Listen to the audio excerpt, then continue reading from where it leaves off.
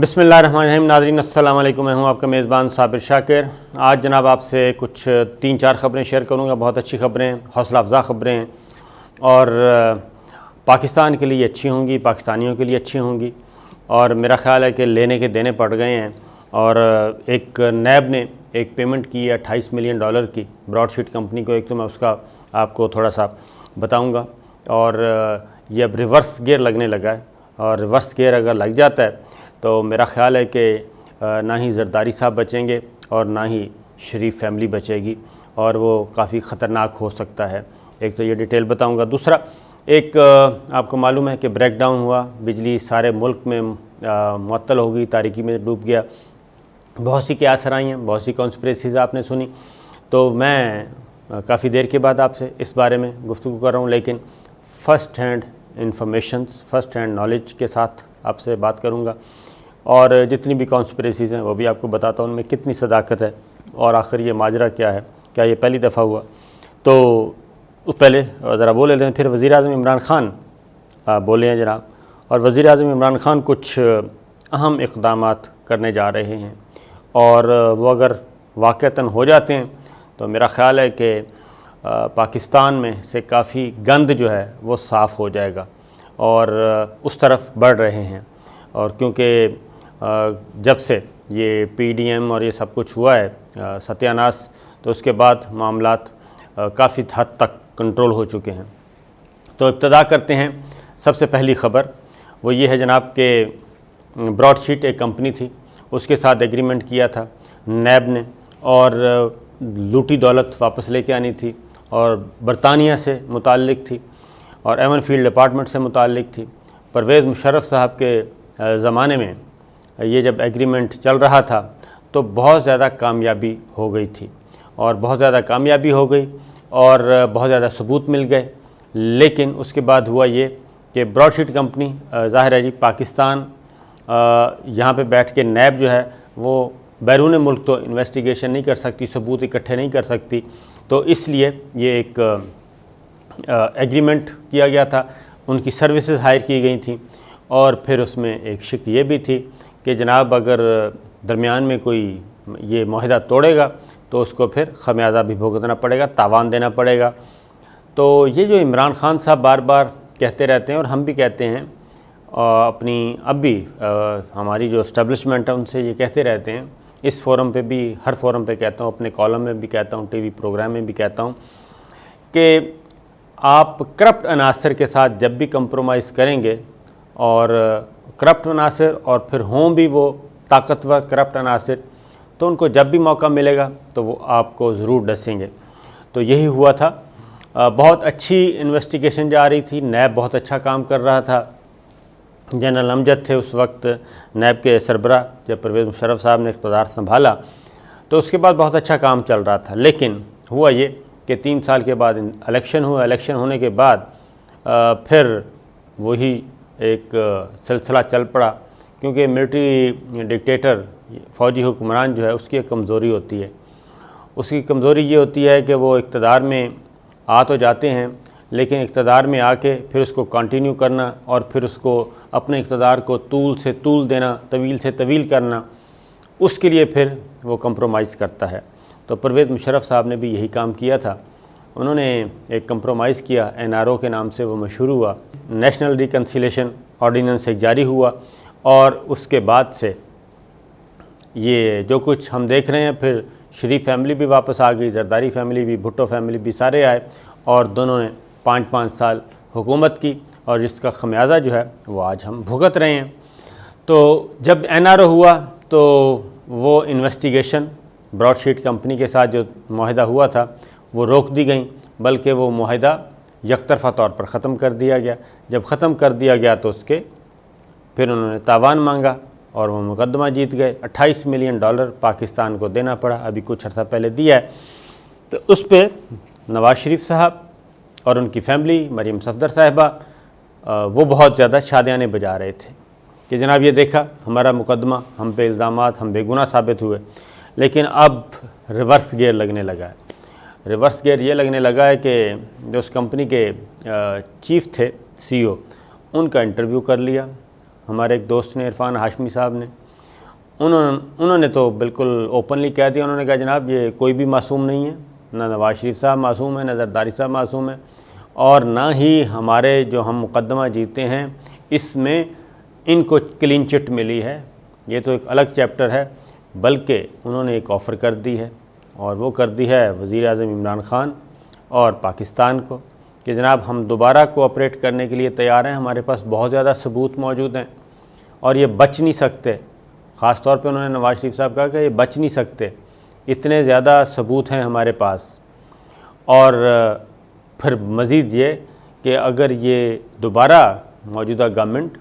ان کے ساتھ کوئی معاملات طے کرتی ہے تو نہ صرف $28 ملین ملیں گے، بلکہ جو برطانیہ میں جائیدادیں ہیں ان کے ثبوت بھی پاکستان کو مل جائیں گے، اور وہ پراپرٹیز بھی پاکستان حاصل کر سکتا ہے، کیونکہ احتساب عدالتیں پہلے ہی پاکستان نیب کے حق میں یعنی کہ پاکستان کے حق میں فیصلہ دے چکی ہیں، اور اب ان پراپرٹیز کو کیسے حاصل کرنا ہے، مزید امبیزلمنٹ کیسے ثابت کرنی ہے، ثبوت کیسے، تو یہ ساری کی ساری چیزیں جناب انہوں نے کہہ دیا ہے ہم حاضر ہیں۔ اب اس کے بعد ایک اور بات ہے، وزیر اعظم عمران خان کیا کہتے ہیں؟ وزیر اعظم عمران خان نے ایک بات کی ہے گفتگو کرتے کرتے، صحافیوں سے ان کی ملاقات تھی، انہوں نے کہا کہ جناب آنے والے دنوں میں ان سب کے، یہ جو پی ڈی ایم والے لوگ ہیں یہ سب مانگتے ہیں NRO، اور اسی لیے میں NRO کی مخالفت کرتا ہوں کہ NRO دینے سے پاکستان نے بہت نقصان اٹھایا ہے، اور ان کا اشارہ اسی انٹرویو کی طرف تھا، $28 ملین کی طرف تھا۔ اور انہوں نے ایک اور بات بھی کی، انہوں نے کہا کہ نواز شریف شہباز شریف جو ہیں یہ ہیں ٹوٹ بٹوٹ، اور یہ صرف ان کا ایک ہی کام ہے کہ جناب یہ سارا کھیل کھیل رہے ہیں ایک مافیا کے طور پہ تمام کے تمام، اور وہ چاہتے ہیں کہ ہم گھٹنے ٹیک دیں اور ان کے راستے کھول دیں، اور اس کے بعد انہوں نے کہا کہ میں بھی سکون میں، پاکستان کی ملٹری اسٹیبلشمنٹ بھی سکون میں، پھر کوئی مسئلہ نہیں ہوگا، بس ان کے سامنے گھٹنے ٹیک دیں، ان کو ایک NRO دے دیں۔ اور لیکن انہوں نے ایک بات کی، انہوں نے کہا جناب کہ یہ تو پاسبل نہیں ہے، اور نہ صرف یہ پاسبل نہیں ہے بلکہ انہوں نے کہا کہ کچھ دن انتظار کریں، اور ان کی چیخیں نکلنے والی ہیں، اور کچھ چیزیں ایسی ہونے والی ہیں کہ ان کے ساتھ ٹریٹمنٹ ان کا ہونے والا ہے، اور ٹریٹمنٹ سے مراد آپ خود سمجھ جائیں کہ ٹریٹمنٹ سے کیا مراد ہے یہاں پہ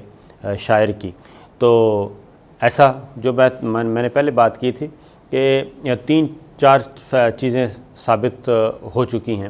یعنی کہ طے ہو چکی ہیں، وہ یہ کہ اب مزید کوئی ڈھیل نہیں دی جائے گی، نہ ڈیل نہ ڈھیل، بلکہ معاملات آگے بڑھیں گے، اور سینٹ کے الیکشن کے بعد میرا خیال ہے کہ کام مزید تیز ہو جائے گا، اور وزیر اعظم عمران خان اسی طرف اشارہ کر رہے تھے کہ جناب ان کا ٹریٹمنٹ ہونے والا ہے۔ اور پھر ایک اور بات بھی انہوں نے کھل کے کہی ہے، اور وہ ہے جناب کہ جو دہشت گردی ہو رہی ہے، داعش کو اس وقت سپورٹ کر رہا ہے انڈیا، وہ بلوچستان میں ہوں، ہمارے قبائلی علاقہ جات KPK، تو یہاں پہ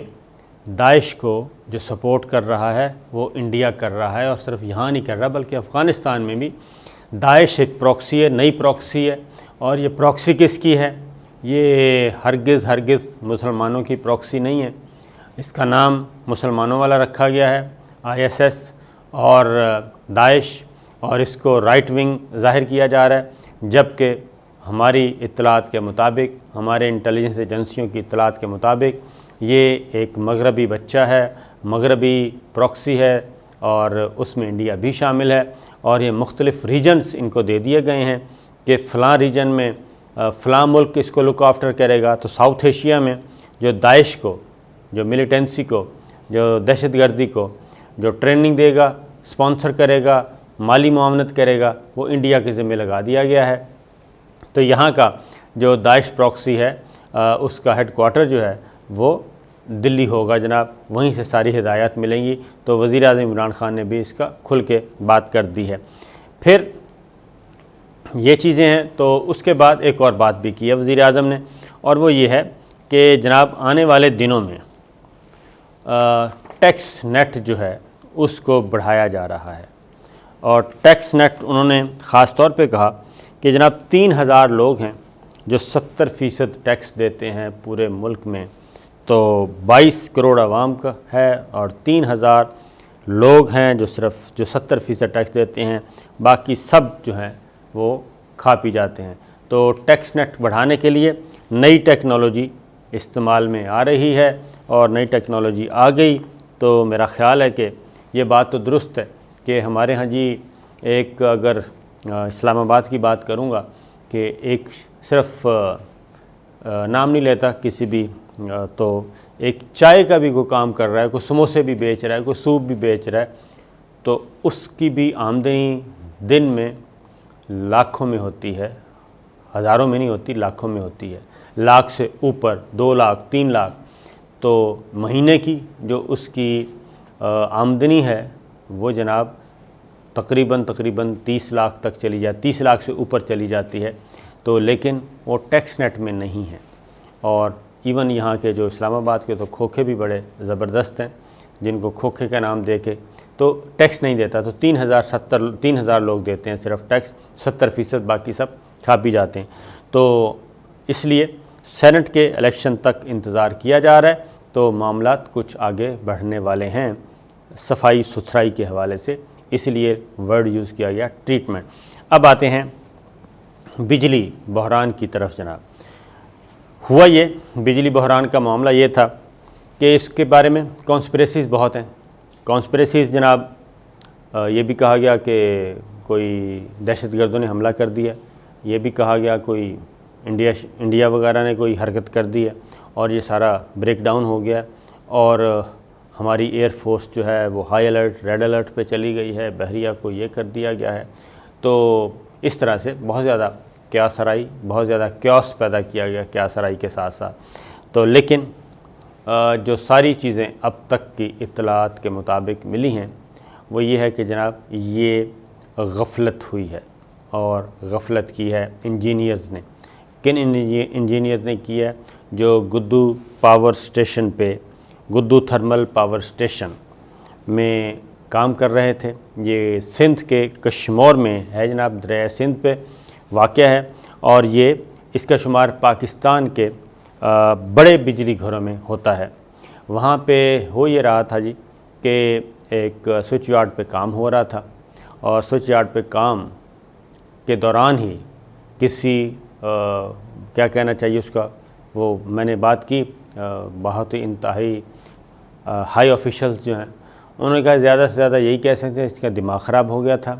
کیونکہ یہ دماغ خراب ہو جائے تو ہی اس طرح کی باتیں ہوتی ہیں۔ سوئچ یارڈ میں کام ہو رہا ہے، کام کے دوران ہی انہوں نے بجائے اس کے کہ SOPs پہلے پورے کیے جاتے، پہلے پورا کام ہونا تھا، کہ انہوں نے جناب بجلی جو ہے وہ آن کرنا شروع کر دیے، اور یکدم جو پاور ہے وہ پھینکی، اور اس کے بعد جو ہوا وہ پورے ملک میں چند سیکنڈ، 1 سیکنڈ بھی نہیں لگا، اور یکدم پورا ملک جو ہے وہ تاریکی میں ڈوب گیا۔ اسی لیے جو انیشیل انویسٹیگیشن ہوئی اس کے اکارڈنگلی یہ سسپینڈ کر دیے گئے ہیں، تقریباً 7 لوگ ہیں، لیکن اس میں ابھی تک جو آخری اطلاع وہ یہی ہے کہ کسی قسم کی کوئی کانسپریسی نہیں ہے، کوئی سازش نہیں ہے۔ ہاں البتہ یہ ضرور، اس پہ ضرور انویسٹیگیشن ہو رہی ہے، بہت بڑی کمیٹی بھی بنا دی گئی ہے، اور اس میں ہمارے انٹیلیجنس ادارے جو ہیں وہ اپنے طور پہ تحقیقات کر رہے ہیں کہ یہ جو 7 لوگ انہوں نے جو کچھ کیا، جب ان کو پتہ تھا کہ ایک مرمت ہو رہی ہے، ایک کام ہو رہا ہے، اور کچھ مینٹیننس کا کام ہو رہا ہے، اور جب یہ ساری چیزیں ہو رہی ہیں تو پھر اگلی چیزیں چیک کیے بغیر یہ پاور سپلائی جو ہے وہ کیوں ڈالی گئی اس میں۔ اور اس کے بعد میں سادہ زبان میں بتا رہا ہوں، ایک سادہ مثال ایک اور میں دے دیتا ہوں۔ ایسا ہی ہے کہ کوئی پہلے بتایا ہو کنٹرول میں کہ فلاں مین لائن پہ کام ہو رہا ہے، اور لائن مین اوپر چڑھے ہوئے ہیں، وہ مرمت کر رہے ہیں، اور جب تک واپس وائرلیس کے ذریعے یا میسج نہ کنوے کر دیا جائے کہ تمام سٹاف جو ہے وہ تاروں کے اور کھمبوں سے اور ٹرانسفارمر سے نیچے اتر چکا ہے، ہر چیز اوکے ہے، تو تب بٹن آن کیا جاتا ہے اور بجلی ڈالی جاتی ہے جی ان ایریاز میں، اس لائن میں تاکہ کوئی جانی نقصان نہ ہو، اور اگر کوئی شخص کوئی بھی کنٹرول روم میں بیٹھا انجینئر ہے، اگر وہ یہ کام کر دے اور آگے جو لائن مین اور جو سٹاف اوپر کام کر رہا ہے تو اس نے یقیناً خدا نخواستہ مرنا ہی ہوتا ہے، تو یہ کنفرم کیے بغیر کہ لوگ نیچے اتر گئے ہیں یا نہیں۔ تو یہی کام گدو اسٹیشن میں ہوا، گدو پاور اسٹیشن میں ہوا کہ یہ ہوا ہے جناب۔ یہ جیسے آپ نے دیکھا ہوگا کہ ریلوے کا ایکسیڈنٹ ہوتے ہیں اور وہ بہت ہی ایک عام دیکھنے میں تو وہ ایک عام سا ورکر، ایک عام کارکن ہوتا ہے ریلوے کا، جو کانٹا بدلتا ہے یا پھر پھاٹک بند کرتا ہے ٹائم دیکھ کے۔ تو اگر وہ کانٹا بدلنے میں ہلکی سی چوک کر جائے تو اس کے بعد ٹرین کہیں سے کہیں چلی جاتی ہے اور حادثات ہو جاتے ہیں۔ تو یہی کام ہوا ہے ابتدائی اطلاعات کے مطابق، لیکن ان لوگوں کو ضرور انویسٹیگیٹ کیا جا رہا ہے کہ جناب یہ کوئی ہیومن نیگلیجنس تھی، انسانی غلطی تھی، غفلت تھی، یہ نارمل بھی تھے یا نہیں تھے، یا پھر انہوں نے دانستہ یہ کام کیا ہے۔ یہ پہلے بھی ہو چکا ہے، نواز شریف صاحب کے دور میں بھی ہوا 2013 میں، اور اس کے پہلے جنرل پرویز مشرف صاحب کے زمانے میں بھی ہو چکا ہے۔ اور لیکن ایک بات، پہلے ایک دفعہ چونکہ یہ ایک دہشت گردی کا واقعہ بھی ہوا تھا، تخریب کاری بھی ہوئی تھی، تو اس وجہ سے بھی ہوا تھا بلوچستان میں۔ پھر یہ دنیا میں دیگر ممالک میں بھی ہوا ہے، امریکہ میں ایک دفعہ ہوا تھا، تو چند گھنٹوں میں کوئی ہزاروں نہیں لاکھوں وارداتیں ہو گئی تھیں، چوری کی، ڈکیتی کی، رہزنی کی، تو یہ والی ہوئی تھیں۔ لیکن اللہ کا شکر ہے کہ پاکستان میں ابھی تک یہ کلچر نہیں ہے۔ اور دوسرا کنکلوژن میں بتا دوں کہ گورنمنٹ نے جی یہ ڈیسائیڈ کر رہی ہے گورنمنٹ کہ براڈ شیٹ کے ساتھ دوبارہ سے رابطہ کیا جائے، اور اس بات پہ قانونی مشیران جو ہیں وہ مشورہ دیں گے، اور وزیر اعظم نے اس کی ہدایات دے دی ہیں شہزاد اکبر صاحب کو، جو کہ ان کے اکاؤنٹیبلٹی کے ایڈوائزر ہیں، قومی مشیر ہیں، ان کو ہدایات دی ہیں کہ جناب وہ پتہ کریں اور یہ دیکھیں کہ کیا ہو سکتا ہے، اور اس سے $28 ملین بھی واپس آئیں گے، اور یہ جو ایون فیلڈ اپارٹمنٹس ہیں ان کی بھی پاکستان کو ملنے کے بہت زیادہ چانسز بڑھ جائیں گی۔ تو آنے والے دنوں میں آپ ایک بہتر تبدیلی دیکھیں گے، خاص طور پہ شریف فیملی میں، اور اس کا ایک تازہ ترین جو ہے وہ یہ ہے کہ پی ڈی ایم کا جو جلسہ ہے اگلا خیبر پختونخوا میں ہو رہا ہے، اس میں مریم بی بی نہیں جا رہی، بلکہ انہوں نے کہا ہے کہ میں تو اپنے جو ضمنی الیکشن کا اجلاس ہے اس کو اٹینڈ کروں گی، اور اس سے آپ خود اندازہ لگا لیں کہ معاملات کس طرف جا رہے ہیں۔ تو اجازت دیجیے، اللہ حافظ۔